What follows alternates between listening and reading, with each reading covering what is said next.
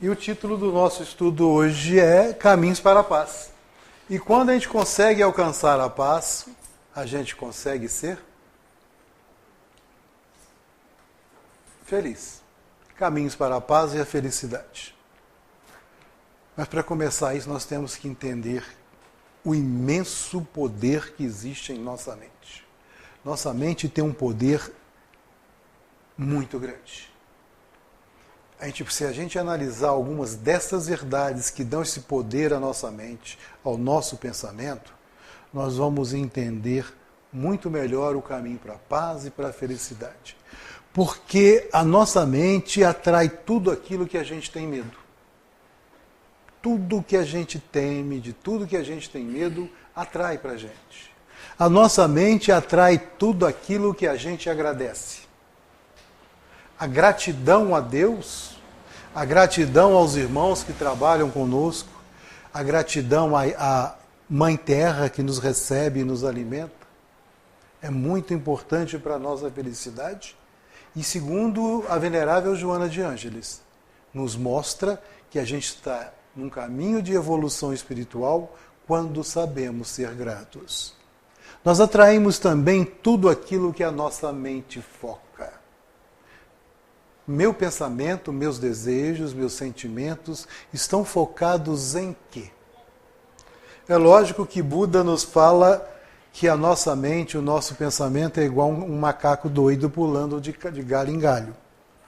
Mas cabe a nós focarmos a nossa mente, o nosso pensamento, os nossos desejos e os nossos sentimentos naquilo que realmente nos importa. Nós atraímos tudo aquilo que ficamos queixando. E quantas vezes a gente está queixando que está muito calor? Esfriou, está frio.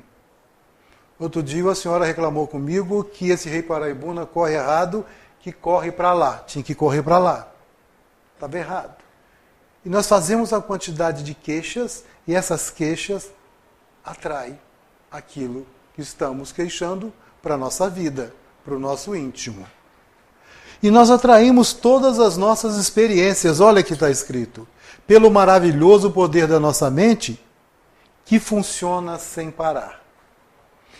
E esse funcionamento da mente, os direcionamentos dos nossos focos, para o bem ou para o mal, para o agradecimento ou para a queixa, forma em torno de nós o que Joana de Ângeles nos chama de psicosfera.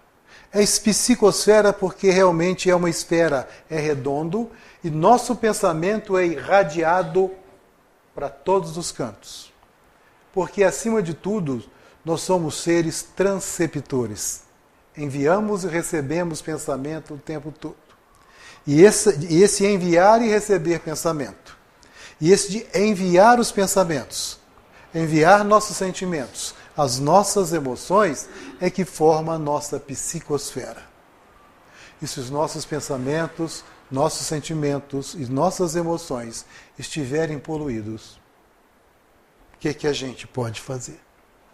E se estiverem poluídos?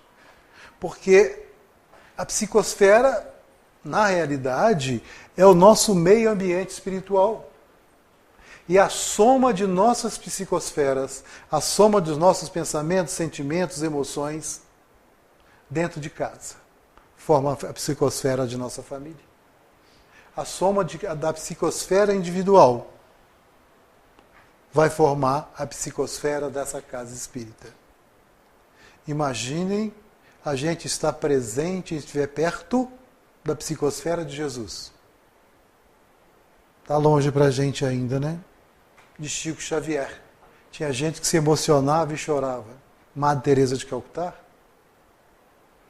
De nossa mãe, quando nos estava nos amamentando, acarinhando. Olha o tipo de psicosfera. E como está a nossa psicosfera? E se a nossa psicosfera, o nosso meio ambiente espiritual, estiver poluído, o que nós temos que fazer? Venerável Joana de Ângeles fala que nós temos, em média, 96 mil pensamentos por dia. 96 mil pensamentos. Nós temos isso. Mas pensamos quantas vezes? Ter pensamentos não é pensar. Ter pensamentos é deixar a vida levar. Vou pensando, não vou analisando. Mas eu penso quantas vezes ao dia? Eu foco em quê? No agradecimento ou na queixa? No bem ou no mal? Como é que eu estou hoje? Qual é a média dessa minha psicosfera? É mais limpa ou mais poluída? Então nós temos que fazer o quê? De que maneira temos que agir para buscar o caminho da paz e da felicidade? Primeira coisa a fazer é despoluir essa psicosfera. Sim, despoluir a psicosfera. É limpar. Nós não nos higienizamos todos os dias? Escovamos os dentes, tomamos banho, penteamos o cabelo, cortamos unha. A gente não se higieniza. E o nosso pensamento? Higienizamos ou deixamos para lá? No momento de crise que nosso país está passando, que o mundo está passando, num momento extremamente importante na história de toda a humanidade, onde nós estamos passando de um mundo de provas e expiações, estamos indo em direção a um mundo de regeneração, onde o bem vai sobrepujar o mal. Qual é o nosso papel? Nós somos atores importantíssimos, porque vai depender da nossa psicosfera, da ação individual, de cada um de nós, para que o mundo melhore. Não que eu vá melhorar os outros, mas a partir do momento que a minha psicosfera esteja o menos poluída possível, o mundo estará um pouco menos poluído. E para despoluir essa nossa psicosfera, a gente tem que fazer o que os meninos falam, deletar os maus pensamentos. E toda vez que um pensamento ruim vier à nossa cabeça, a gente troca esse pensamento por um pensamento positivo. E alguém conhece um pensamento positivo, mais positivo que o pensamento de oração? Nós paramos e notamos que no momento da prece, no momento que começamos a iniciar o nosso estudo com a leitura e com a prece, olha como muda a atmosfera do centro. Olha como muda a psicosfera de toda essa casa através da prece. Então, o pensamento mais positivo que existe é a prece. E Jesus falou, e tudo aquilo que pedires ao Pai em prece, acredite que vos será dado. E nos será dado o quê? Coragem, mais fé, mais disposição. Quando a gente faz a prece, quando a gente está em oração, não é para pedir coisas que o meu cabelo fique preto, que a minha barriga diminui, que eu ganhe na loteria. Toda vez que nos colocamos em contato com Deus, não é Deus que se rebaixa até a gente. Nós nos elevamos mais um pouquinho em direção ao Pai, em direção à espiritualidade superior. A importância da prece é tão grande que no Livro dos Espíritos, na questão 680, Kardec perguntou para os irmãos espirituais se a prece torna o homem melhor. E eles responderam que sim. Que toda vez que nós estamos orando, nós estamos nos comunicando com o Pai, com a espiritualidade superior. Mas ao mesmo tempo a prece não diminui nenhum de nossos problemas, a prece não vai diminuir as vicissitudes da nossa vida. Mas a prece vai nos tornar mais forte para vencer. Então isso fica parecendo mais fácil, porque nós nos fortalecemos espiritualmente. Nós começamos a nos despoluir, a limpar a nossa psicosfera a partir do pensamento mais importante que existe no mundo, que é nos colocarmos em prece. É quando Jesus falou, quando a gente quer conversar com Deus, se feche no seu quarto e converse com Ele em particular. Significa isso o quê? Que eu me concentre totalmente na minha conversa, na oração, na conversação com Deus, com Jesus, com a espiritualidade superior. E isso me fortalece de tal jeito que os problemas parecem diminuir, porque eu estou mais forte. E outra coisa, num pensamento positivo da prece, é não colocarmos limites a Deus e não acharmos que somos mais inteligentes que Deus. Que quantas e quantas vezes a gente pede as coisas a Deus e quer ensinar a Ele de que maneira fazer. Eu quero isso assim, assim, mas se eu podia fazer assim, assim, assado para mim. Eu quero tal emprego, e quem der. Isso, eu quero ser o presidente da companhia. Mas não é isso que Deus quer para a gente. Não é isso o melhor para a gente. Quando nos colocarmos em prece, temos que nos colocar na humildade e na sabedoria interior que Deus Pai tudo pode. É amor supremo, é bondade suprema e quer para nós o melhor. Me lembro de um caso, isso é uma história, não é história, mas que vai ajudar a gente a entender isso.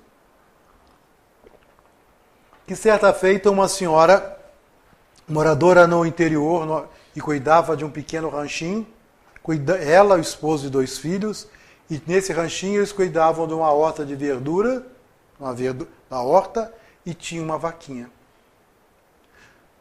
E certa feita, o marido e as 2 crianças ficaram doentes. E ela ficou muito apertada, porque ela não tinha condições de abandonar o sítiozinho e ir até a cidade para vender os produtos da horta. Tinha que ficar cuidando do marido e das crianças. Só ela com saúde. A vaquinha fugiu. A horta foi deteriorando por falta de cuidado, porque ela não tinha o tempo integral, precisava cuidar da família. Chegou a tal ponto que os mantimentos da casa foram ficando escassos e ela resolveu ir até a venda do seu Zé. Chegando na venda do seu Zé, explicou a situação para ele, que ela estava passando extrema necessidade, que as crianças já estavam com fome, o marido doente, se ele poderia vender fiado para ela, porque assim que o marido melhorasse as crianças, ela poderia voltar à feira, vender a produção e pagaria ele. O seu Zé falou para ela que de jeito nenhum que ele não venderia fiado, o problema era dela. Mas tinha um rapaz de rico, de posses, que virou para o seu Zé, falou assim, pode colocar o que ela quiser na balança que eu pago. O seu Zé virou para ele assim, já que você quer. E assim foi feito. E a balança era desse tipo, balança de 2 pratos. Mas o seu Zé virou para ela, escreve o que a senhora quer. Ela pegou um pedacinho de papel e escreveu rapidamente. E dobrou e colocou no prato da balança. E o prato da balança, onde ficou o papelzinho escrito, ficou caído e o outro levantado. Exatamente como está ali. Seu Zé virou assim, não quero nem ler. E foi colocando os mantimentos. Arroz, feijão, milho, fubá, etc, etc. E a balança não se mexia. E foi enchendo, foi enchendo. Chegou a um certo ponto que não cabia nada mais. A senhora olhava com um olhar de agradecimento, continuando orando a Deus. E o seu Zé e o moço, espantados que a balança não se mexia. O seu Zé, dono da mercearia, olhou para o moço, e agora? O moço, falei que pagava, faça a conta. Nesse momento, na hora que o seu Zé viu o dinheiro do moço, ele teve a primeira atitude de caridade. Foi lá no fundo da venda, pegou um carrinho de mão, um saco de farinha daqueles grandes, acondicionou tudo aquilo que seria impossível a senhora, a Dona Maria, levar aquilo para casa nas mãos, colocou no saco, colocou no carrinho e falou que ela poderia levar o carrinho quando pudesse devolver. E os 2 correram, muito curiosos, para ver o que ela tinha escrito na balança. E no papel estava escrito assim, meu Senhor, o Senhor conhece as minhas necessidades e eu estou deixando isso em suas mãos. Que é prece, mais poderosa do que essa. Porque o Senhor conhece a necessidade de cada um de nós. E quantas vezes ao orar, queremos indicar a Ele o que precisamos e Ele saiba. Foi por isso que Jesus falou, quando orardes, acredita aquilo que vos pedido já vos será dado. Consultem isso no Evangelho segundo o Espiritismo, no capítulo 27, no item 22. O primeiro dever do homem, a primeira coisa que ele faça antes de voltar à vida, isso é acordar, é a prece. Porque nos prepara e começa a limpar a nossa psicosfera poluída. E mais embaixo explica, aqui vai ser dado o quê? A fé, a coragem, a disposição, a inspiração dos bons espíritos. Então, o primeiro caminho para a paz e para a felicidade é A oração. E qual seria o segundo caminho? É iscar a palavra culpa do nosso dicionário. Porque se a gente se permitir ficar com essa sensação de culpa indefinidamente em nossa vida, nós estamos nos punindo. Nós estamos abrindo a nossa retaguarda, a nossa mente, a nossa vida para espíritos obsessores, encarnados e desencarnados, que vão vibrar com a nossa melancolia. Para que serve a culpa em nossa vida? A culpa vai se cronificando e pode virar remorso. E quando essa culpa vira um remorso negativo, nós começamos a nos achar coitadinhos. Começamos a evitar que as pessoas cheguem perto da gente. O remorso não significa arrependimento. E para nos livrarmos da culpa, temos que aprender a nos amar, aprender o que é o arrependimento. Está no livro Céu e Inferno, quando Kardec fala arrependimento, expiação e reparação. Reparação com quem? Com Deus, com os outros, com o mundo? Não. A reparação comigo mesmo, com a minha consciência, com a minha maneira de pensar, com a minha maneira de viver. É a mudança de vida. Imaginem quando Jesus falou da porta estreita e da porta larga. Eu tomo o caminho inadequado da porta larga, das facilidades, das coisas do mundo e vou vivendo. E pego esse caminho, vou indo, seguindo indefinidamente, até que chega um ponto eu paro, opa, estou no caminho errado, a minha vida está errada, isso não está dando certo. Em vez do arrependimento, eu fico remoendo, fico culpado, e o que faz? E o que fazemos fisicamente e espiritualmente principalmente? Paramos no tempo e no espaço. Começamos a nos prejudicar, a nos julgar e a ficar com medo que as pessoas descubram o que eu fiz, que a sociedade descubra as coisas que eu fiz de errado e eu começo a me punir. Isso me leva a doenças, me leva a tristezas profundas. Mas se ao contrário, eu me arrepender, retorno do caminho errado, isso é a reparação. É eu retornar do erro e voltar ao meu ponto de partida e começar uma nova estrada, reparando, convivendo, expiando.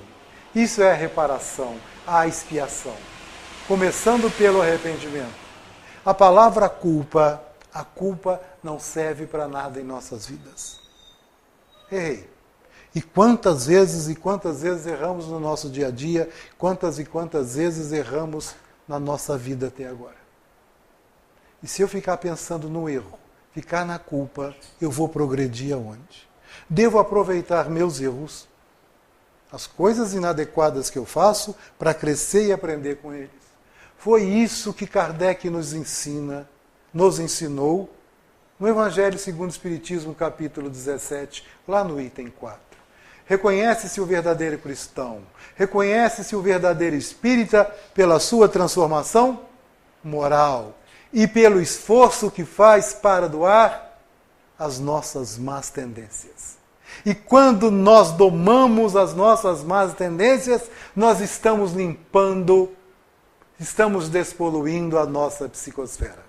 É isso que Kardec falou.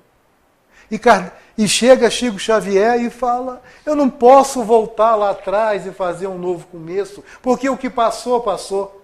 Eu posso começar aqui, agora, fazendo coisas novas, coisas diferentes e determinar um novo fim para a minha vida. Vou acertar todo dia? Não. Mas vou fazer o esforço para acertar. E isso percebendo o que sou e principalmente quem eu sou. Eu sou um espírito criado simples e ignorante por Deus. Sem saber a diferença entre o bem e o mal naquela criação.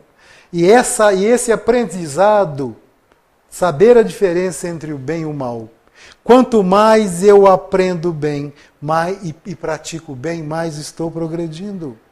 Sou um espírito criado simples e ignorante. Eu tenho que me perceber como eu sou, como pessoa, como espírito. Essa percepção, sem culpas, sem julgamentos, eu sou assim. E depois de perceber, em vez de ficar me culpando, me julgando, me aceitar como eu sou. Quantas vezes chegam perto da gente e perguntam: quem que eu fui na reencarnação passada? Ninguém foi o faxineiro, ninguém foi o cavalariço. Todo mundo quis ser rei, rainha, duque, duquesa. Nós temos o esquecimento passado. Quem sabe quem eu fui? Mas eu sei o que fui. Cada um de nós sabe o que foi. São essas as provas que estamos vencendo no dia de hoje. Jogando fora as culpas, trocando a culpa por um arrependimento e um caminho novo. São as coisas que vêm de fora para a nossa vida, as vicissitudes, mostrando e nos domando o nosso orgulho, o nosso egoísmo, a nossa raiva, o nosso ódio. O que eu fui? Uma pessoa, um homem orgulhoso? Um homem egoísta? Um homem raivoso? É isso que eu vim domar. Mas ao mesmo tempo, fui bom pai, bom filho. Olha o equilíbrio que eu tenho que buscar. Eu me percebo, eu me aceito e reflito o que a doutrina espírita está fazendo por mim. O que eu faço, o que eu aprendo com a doutrina espírita para encontrar o caminho da minha paz. A oração, a despoluição dos meus pensamentos e jogar esse sentimento de culpa fora e começar um novo caminho. Com sinceridade e claridade para quem? Para mim mesmo. Sem julgamentos. Que Jesus não nos julgou. Me percebendo e aceitando que eu sou uma pessoa falha, mas tenho um imenso potencial, porque eu sou um espírito criado por Deus, igualzinho Ele criou Jesus. Não tenha medo. Quantas e quantas vezes o medo paralisa a nossa vontade. O medo não nos deixa ir para frente. Troque o medo pela fé. Não tenha medo. Tenha fé. E tenha muita fé. Primeira fé é a fé em Deus. Mas está aqui, no Evangelho segundo o Espiritismo, de novo. Está aqui. No capítulo 19, quando ele fala que a fé remove montanhas, e Kardec deixa claro para a gente não ser covarde. Kardec deixa claro para a gente, para termos fé em nós mesmos. Olha no capítulo 19, item 2, o que ele fala?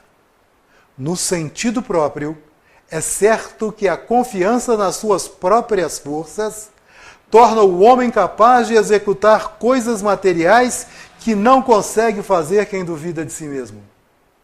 Não tenha medo, tenha fé. Somos capazes de fazer coisas excepcionais. E Jesus falou: vós sois deuses e podeis fazer tudo o que eu faço e muito mais à medida que a gente progride. E ele continua falando, Kardec. Aqui, porém, unicamente se entende no sentido moral, se deve entender essas palavras. Porque a montanha que essa fé está deslocando é o orgulho, o egoísmo, a má vontade, a preguiça. E daí ele traça um comentário sobre isso. Se a gente pular nesse mesmo capítulo 19 para o item 3, ele fala outra coisa muito importante. Muito importante. Em uma outra acepção, entende-se como fé a confiança que a pessoa, que o homem tem na realização de uma coisa. Fé é a certeza de atingir determinado fim. Porque a fé dá uma espécie de lucidez, de luz, que clareia, que ilumina, que mostra o caminho. Dá uma espécie de lucidez que permite que a gente veja em pensamento despoluído, psicosfera mais limpa possível, a meta que a gente quer alcançar e os meios para chegar lá. Mas antes disso tudo, a fé em Deus. Joga fora a palavra culpa. Tire a palavra medo da nossa vida. Vamos tirar essa palavra medo da nossa vida. E quando nós falamos isso, tirar a palavra medo da nossa vida, não ter medo, não é ser irresponsável de chegar e colocar a mão na boca de um pitbull zangado, segurar uma cobra, sair de madrugada. Ter confiança na nossa capacidade de vencer. Não deixe os outros dominarem a vida da gente. Não deixe as outras colocarem medo na gente. Não permita que ninguém diminua você, meu irmão, minha irmã. Você é filho de Deus. Se alguém te fala você não é capaz disso, essa pessoa está mentindo para você. E quando a gente fala para um filho, para um neto, para um amigo, não, você não é capaz, né? Nós estamos mentindo para ele. Porque ele é irmão da gente, é filho de Deus. O que nos diferencia é o nosso estágio de adiantamento, moral e intelectual. O que nos diferencia são nossos talentos. Mas já pensou se todo mundo tivesse o mesmo talento? Que chato ia ser o mundo? Uns têm um talento para cozinhar, outro para costurar, outro para fabricar um carro, outro para fazer um foguete, outro para amar mais, outro para ouvir. Mas é a soma desses talentos, sem medo, na certeza que podemos, que muda o mundo, que melhora a nossa psicosfera. Tenha fé em você mesmo. Você é capaz. O medo é uma das maiores causas de nossas perturbações interiores. Tem gente que não sai de casa. O medo exacerbado vira pânico. Os consultórios dos médicos estão cheios disso. Vira doença. Sentir medo é acreditar que outras pessoas têm poder sobre você. E quem tem poder sobre nós é Deus. E mais quem? Nós mesmos. E nós mesmos. Então, na nossa vida, a gente deveria, ou devemos, gastar mais tempo, mais horas, realizando do que sonhando. Vamos fazer, vamos trabalhar. Fazendo do que planejando. Planejei, vou fazer, colocar em prática. Vivendo, que ficar que a vida aconteça alguma coisa. Porque o medo vai nos afastar das derrotas. Mas vai nos afastar das vitórias. Gente, viver, gastar mais horas realizando, mais horas fazendo, mais horas vivendo, significa trabalhar. Significa servir. Servir a Deus, servir a mim mesmo e principalmente servir aos nossos irmãos. Porque nós só aprendemos a amar e só amamos quando servimos. Quando a gente não serve e não trabalha para ninguém, a gente não ama. Comece no berço. Quanto trabalho demos para nossas mães, nossos pais? Troca de fralda, a noite sem dormir, os cuidados. E quanto mais trabalho, mais a mãe e o pai nos ama. Maria, nossa mãe, mãe de Jesus, que trabalhão teve essa mulher? Criar um espírito superior a ela. Ser uma mãe que aprenda a desapegar e ver o filho no madeiro da cruz. Mas ela aprendeu a amar servindo a Deus, servindo ao próprio filho e servindo à humanidade. Então, realizar, fazer e viver. Parar de sonhar. Você tem sonho de ir a Paris algum dia na sua vida, moça? Talvez. Algum lugar que você queira ir assim? Você tem? Tem sonho? Aonde você quer ir? Sonha. De ir específico a algum lugar, não, mas de ser alguma coisa. Você sonha ser o quê? Juíza. Juíza. Você sonha ser juíza? Sinto muito, você não vai ser juíza. Vai não. Você está sonhando ser juíza. Só sonhar não basta. Troque os seus sonhos por metas. Para você ser juíza, moça, você tem que fazer o quê? Estudar bastante. Passar no vestibular. Formar em advogada. Passar no curso da OAB. De novo, continuar estudando para ser juíza. Se você ficar sonhando, você vai ser juíza. Não. Quais são suas metas? Quantas horas você estuda por dia? Quanto tempo você dedica a sua vida à leitura das coisas das leis? quanto tempo você dedica a sua vida a você. Não no seu sonho, na sua meta. Se você pretende ir a Paris e tem sonho, você não vai passar de Matias Barbosa. Mas se você tem meta, você vai ver quanto vou gastar, quanto dinheiro, que hotel que eu vou ficar, que avião que eu vou pegar. Sei falar francês, já estou lendo alguma coisa sobre leis, pego livros, conheço, converso com advogados, sei o que vai ser da minha profissão, coloque metas. Coloque meta na nossa vida de sermos melhores. Reconhece o verdadeiro espírita pelo esforço para domar as más tendências. Isso é meta. Sonho não nos tira do lugar. Meta tira do lugar. Você tem a meta de ser juíza? Será juíza. Você quer ir a Paris? Tem a meta de ir a Paris? Você vai a Paris. Está sonhando? Vai continuar sonhando. Gaste mais horas realizando, fazendo, vivendo. Não tenha medo. Confie em você. Não acredite em mim quando eu te falei, você não vai ser. Porque você vai. Porque você vai a Paris. Você vai ser juíza. Depende de mim. Depende da psicosfera. Das horas trabalhando e realizando. Isso é meta para a paz. Outra coisa. Não se queixa. Porque quando a gente reclama, o que quer dizer reclamar? Tornar a chamar, tornar a clamar, tornar a gritar. Eu estou reclamando, falando as mesmas coisas ao mesmo tempo, e cada um de nós vira um imã que atrai para a gente mesmo toda a carga negativa das nossas palavras. E é fácil conviver com uma pessoa que só vive reclamando que nada está bom? Um exemplozinho dentro de casa, para ninguém olhar para o lado, a gente olhar para dentro da gente. Quantas vezes a gente elogia a esposa, a mãe, a funcionária, que o arroz está bom. Passa direto. E o dia que está salgado? A gente reclama. A gente nunca valoriza, só reclama. Nunca está bom, a gente reclama.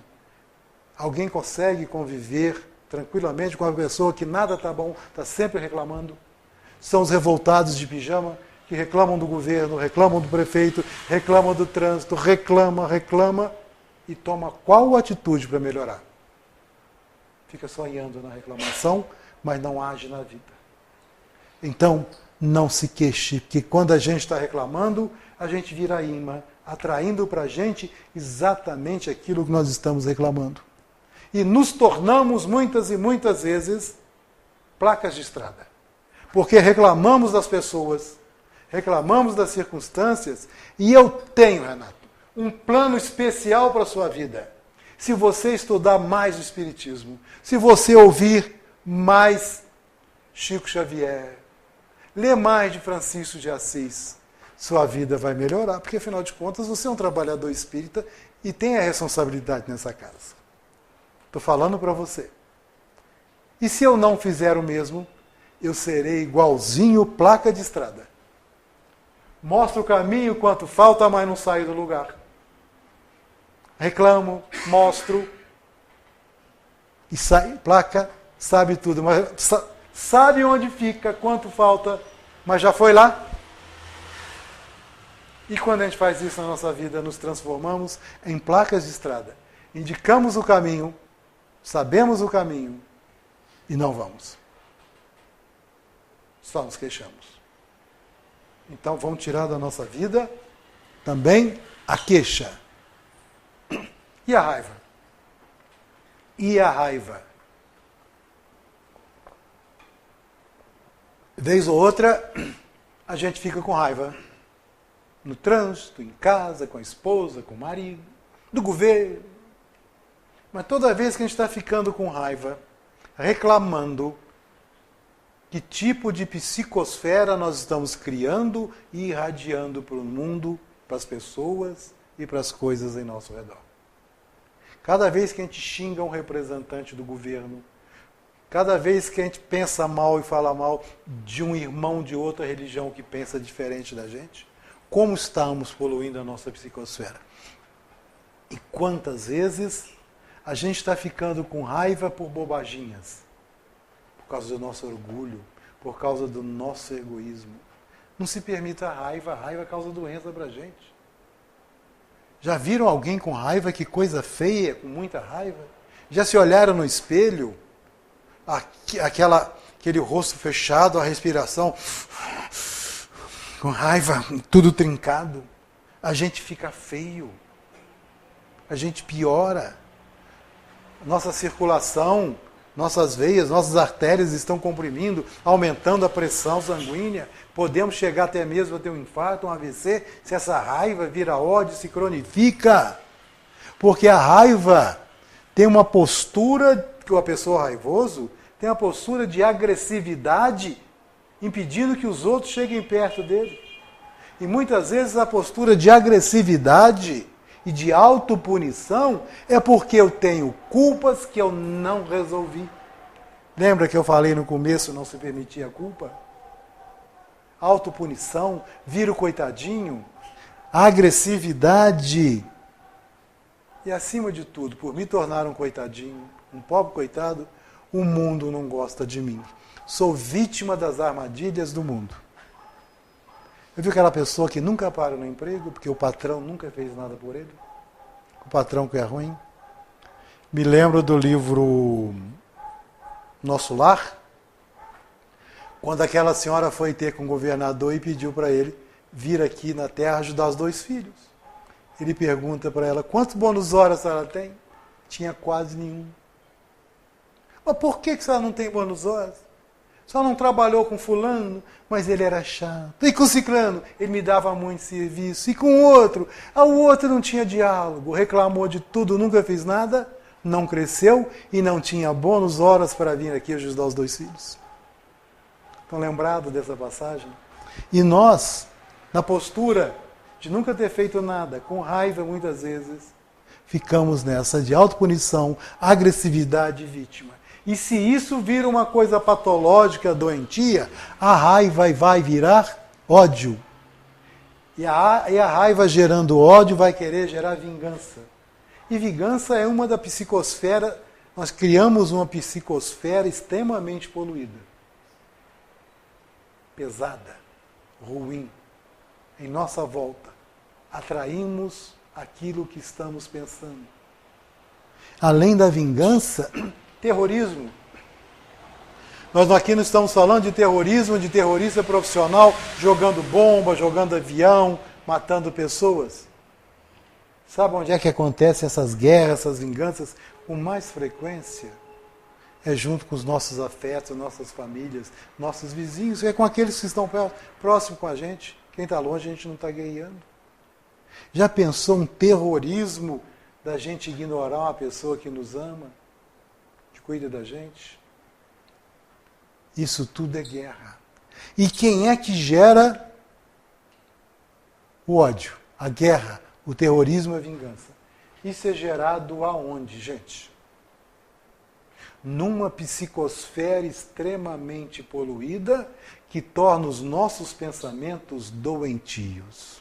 E são esses pensamentos doentios onde eu fico imaginando, bolando coisas mirabolantes que fazer sofrer quem produziu dano a mim. Vingança. Só veja a outra pessoa como inimigo. Jesus deixou claro, amai os vosso inimigo. Vigia e persegue mentalmente. Tomara que você caia e quebra a unha. Tomara que você caia e rasgue a sua meia. Tomara que você caia e quebra a perna. Tomara que... Olha os pensamentos como eu vou ficando. Só vou ficar feliz quando a pessoa que eu estou odiando, que eu quero guerra, terrorismo, vingança, for infeliz. E se essa pessoa nunca fica infeliz? Quando eu serei feliz? E se a gente analisar isso friamente, essas atitudes de raiva gerando ódio, guerra, terrorismo, vingança, pensamentos doentios, são gerados por um obsessor. E no caso de uma obsessão gravíssima, a auto-obsessão. Estou gerando uma psicosfera tão pesada, tão poluída, que eu estou obsidiando a mim mesmo e abrindo porta para obsessores externos tomarem conta da minha vida, me fascinando e me subjugando. O que eu quero para a minha vida? Isso. Na hora que a gente vê essa análise de raiva, de ódio, nós vamos entender que para sermos felizes temos que trocar isso por amor. A raiva, o ódio, a guerra, o terrorismo, a vingança geram pensamentos doentios que nos prendem àquele ou àqueles que odiamos. O amor nos liberta. Viu a diferença imensa? Para termos paz e felicidade. Primeiro passo, oração. Segundo passo, tirar a palavra culpa. Terceiro passo, ter fé. Quarto passo, tira a raiva da nossa vida. Porque o agressor fez o que fez. Naquele momento eu senti. Senti raiva, fiquei triste, fiquei magoado naquele momento. Mas o agressor fez o que fez. O momento passou. Mas esses sentimentos e emoções, quem escolhe continuar sentindo sou eu. Quem escolhe continuar sentindo sou eu. É uma escolha minha, ter paz ou não. A gente tem que aprender a perdoar. Porque o perdão vai facilitar a convivência e o relacionamento. O perdão vai desfazer energias negativas do agressor. O perdão vai proporcionar limpeza psíquica. O perdão proporciona liberdade para quem? Para mim mesmo. O perdão proporciona proteção contra o assédio de energias negativas externas e internas. Proporciona saúde. Quando eu penso positivamente, através de uma oração e desejo do fundo do coração, de tudo aquilo que eu posso desejar de sinceridade. Jesus, amigo, mestre querido, onde quer que esteja Lia, minha neta, vai lá, dá um abraço, abençoa Lia. Todo esse pensamento de amor mais puro que eu sou capaz de ter pela minha neta, antes de chegar a ela, percorreu a minha mente, percorreu o meu cérebro e todo o meu organismo. Circulou diante de mim esse sentimento, essa emoção, essa sensação de amor. E atingiu Lia onde quer que ela esteja. Mas se ao contrário, eu penso ruim, desejo mal, vai lá, faz mal, quebra a perna dele, desejo todo o mal. Tudo isso começou na minha mente, cérebro, irradiou em todo o meu corpo. Se essa pessoa que eu desejei emitir todas essas vibrações negativas, ela estiver bem, vai bater e voltar comigo com muito mais força. E cada vez que eu penso no bem, eu trago mais saúde, mais sensação de paz. Toda vez que eu penso no mal, estou fazendo mal a mim mesmo. Coloquei aquele reloginho, aquele moço ali. Desculpa, gente, mas minha garganta está seca. Alírio de Cerqueira Filho é um palestrista, psicólogo, se não me engano, pediatra e também médico homeopata do Nordeste. Ele tem um livro chamado Perdão Gera Saúde. Ele conta a história de um trabalhador numa fábrica lá no Nordeste, não me lembro a cidade, que ele trabalhou anos e anos naquele lugar e nunca chegou atrasado. Mas hoje, ele chegou atrasado 15 minutos, o ônibus demorou. Na hora que ele foi bater o ponto naquele relógio, que faz assim, abaixa a maçaneta assim, o relógio chama de MEP, que eu bati ponto nesse relógio. O supervisor estava olhado e falou, 15 minutos atrasado. E na frente de todo mundo ele passou a descompostura no seu Zé. E naquele momento o seu Zé se sentiu injustiçado, porque depois de anos e anos trabalhando na firma, foi a primeira vez que ele chegou atrasado. E a descompostura, falando alto, falando palavrões, seu Zé foi ficando nervoso. E nesse momento ele teve duas reações, ou atacar, agredir ou fugir. Porque no interior do corpo do seu Zé como o corpo de qualquer um de nós estivesse passando por aquilo, aconteceu que todo o sangue foi para os músculos. Ele ficou pálido. Ao sangue ir para os músculos, o coração começou a bombear sangue com mais rapidez e com mais pressão. O coração passou a ter uma taquicardia, bater violentamente. A respiração, procurando oxigenar mais ainda, para um ataque ou para a fuga, ficou uma taquipneia, aquela respiração ofegante.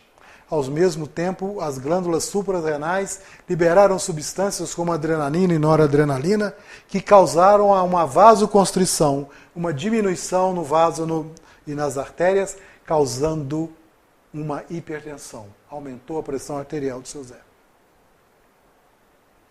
Ele estava com taquipneia, taquicardia, a pressão alta. E se aquilo continua, ele poderia ter um AVC ou um infarto. Acabou aquilo. Seu Zé não remoía, não perdoava. Passou o dia inteiro trabalhando com raiva e com ódio do chefe. Ao chegar em casa, tratou mal a esposa, mal tomou banho e se deitou. E ao se deitar, de novo remoeu todo o acontecimento e de novo, sem ressignificar o fato, sem conseguir perdoar, os mesmos fenômenos aconteceram no corpo.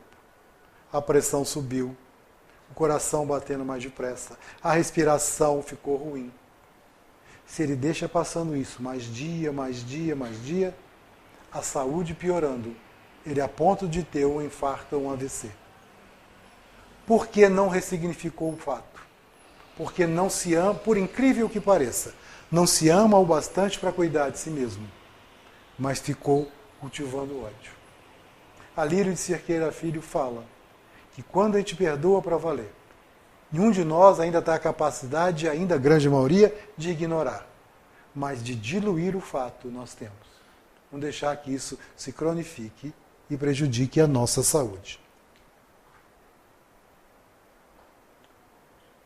Quais são os passos? Pensamento positivo através da oração. Tirar a culpa. Ter fé. Não ter raiva nem ódio. Aprender a perdoar. E viver o presente. A pessoa ansiosa vive o futuro. Nunca está feliz. Eu só serei feliz quando tiver um carro zero. Comprei o carro zero. Só serei feliz quando tiver uma neta.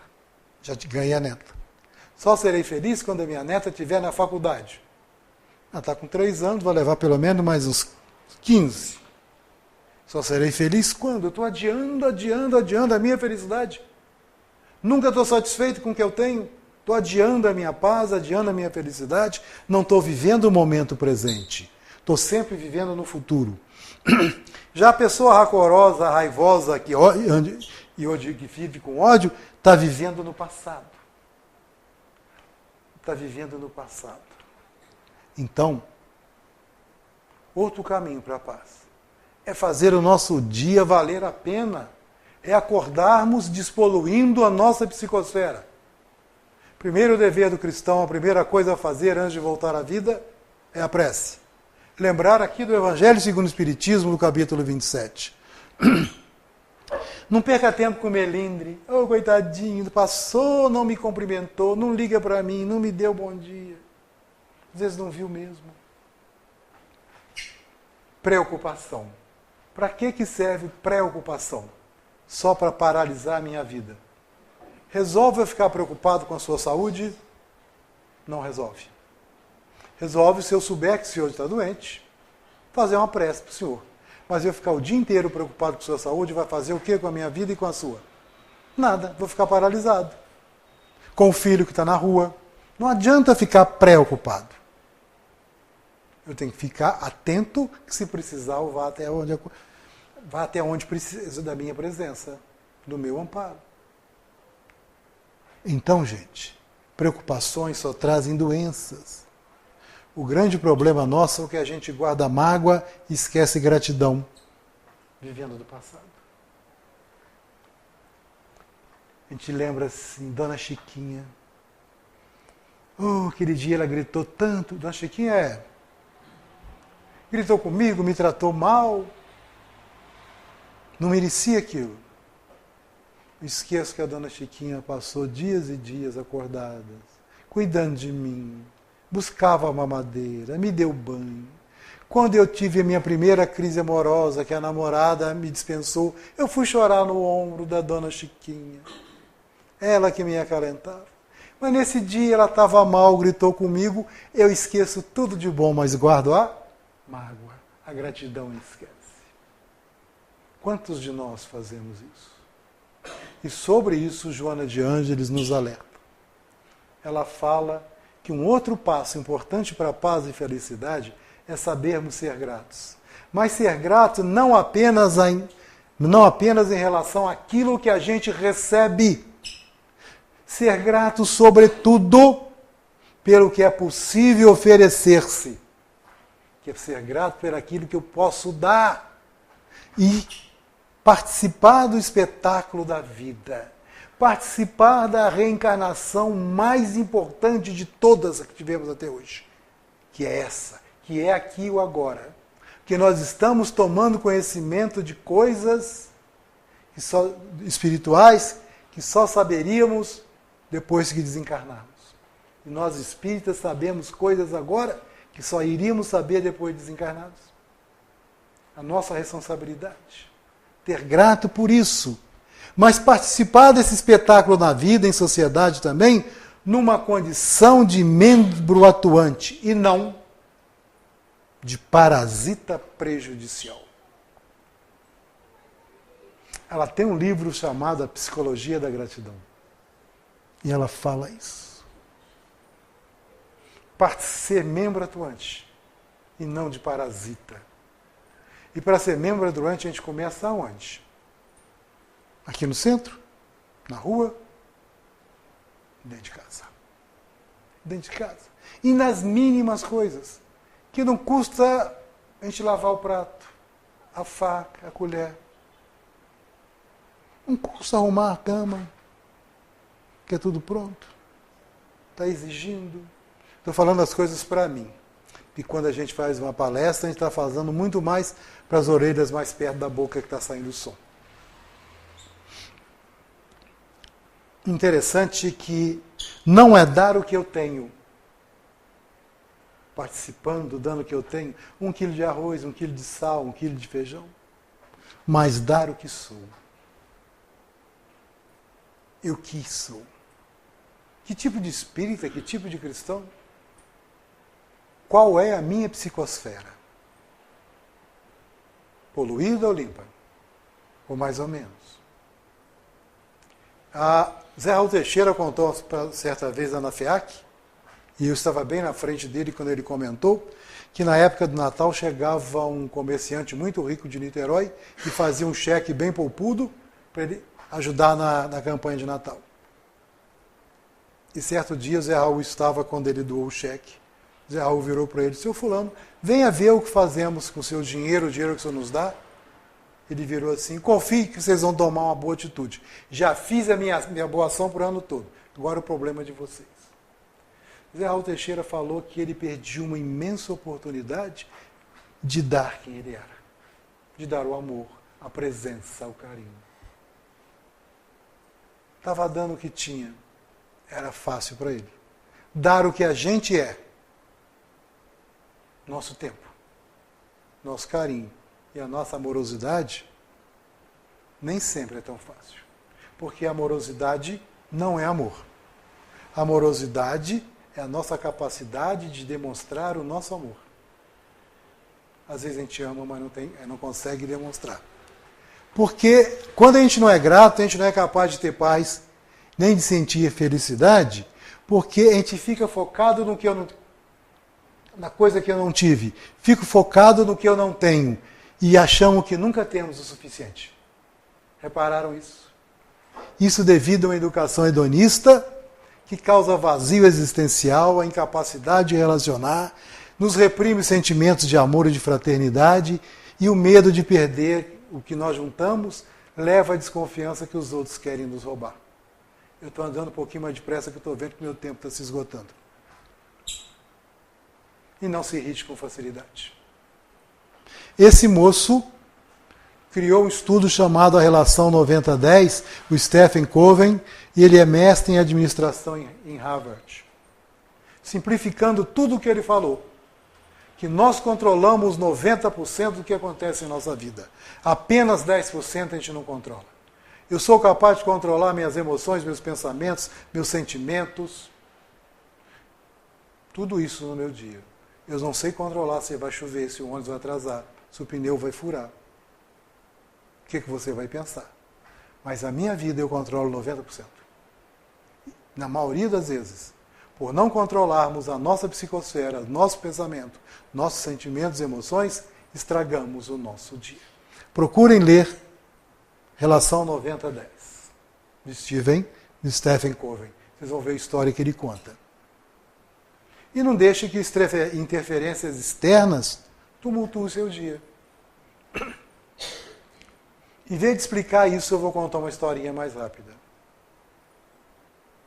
No mês de setembro, aquele rapaz conseguiu um emprego numa repartição. Esse emprego que ele conseguiu nessa repartição, de uma firma bem rica, ele servia café, lavava os banheiros, lavava a cozinha. O dinheiro ele dava metade para a mãe dele e outra metade ele pagava o cursinho, porque ele queria se formar.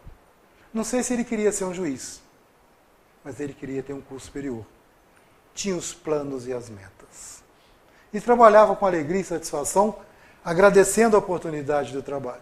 Chegou na época do Natal, na hora do amigo oculto, ele foi ignorado. Mas 3 rapazes, brincalhões, resolveram chamá-lo e deram para ele uma caixa linda com presente. Aqui, fulano, seu presente de Natal de amigo oculto. Você não foi esquecido. Mas depois você vê o que você faz para a gente, que nós estamos dando seu presente.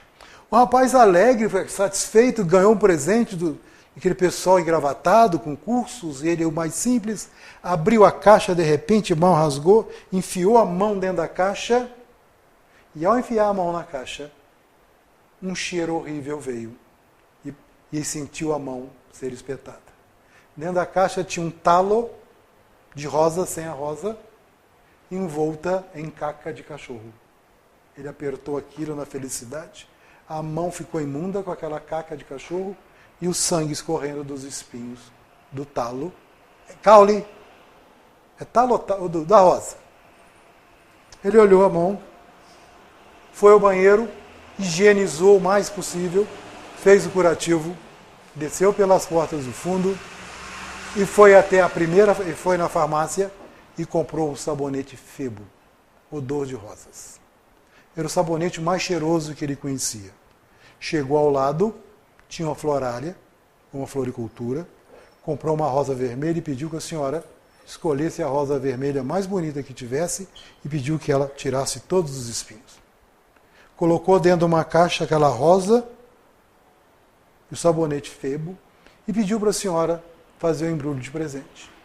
Ele gastou o resto dos trocados que ele tinha. Subiu, e na hora que chegou a vez dele dar o presente, ele chamou os 3 rapazes. O presente de vocês está aqui. Os rapazes ficaram desconfiados. Qual vai ser a vingança desse menino? E ele ficou olhando. E os rapazes abriram a caixa com muito cuidado de ter a vingança. E ao abriram a caixa, o sabonete Febo desembrulhado, veio o odor da rosa, junto com a rosa, com caule sem espinhos. Eles pegaram uma coisa e outra, e uma moça virou para ele. Puxa vida, eles te deram caca de cachorro e espinho, você se feriu. E agora você dá uma rosa e um perfume. Por que você fez isso? E ele respondeu para ela. Porque cada um de nós dá o que tem. A gente dá o que a nossa psicosfera está lotada. Poluição ou amor? O que estamos dando? Porque paz e felicidade tem uma fórmula. E a genialidade de Kardec colocou a paz e a felicidade nessa fórmula. E eu acho que eu já contei isso aqui uma vez. Essa é a fórmula da felicidade. É o PN mais CT mais FF. O G eu coloquei para minha conta. Alguém sabe essa fórmula? Está no Livro dos Espíritos, questão 922. Eu falo ou deixo para vocês procurarem em casa? Então, vou falar. O PN é a posse do necessário, porque a gente tendo o que é necessário para viver, indica que nós temos o desapego. Consciência tranquila em relação a mim, aos meus atos, e consciência tranquila que eu não fiz mal a ninguém.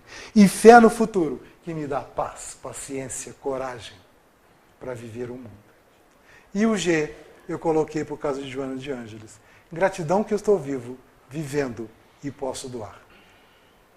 Esses são os caminhos para a nossa paz e nossa felicidade. Que Jesus nos ampare, nos abençoe e fiquem com Deus.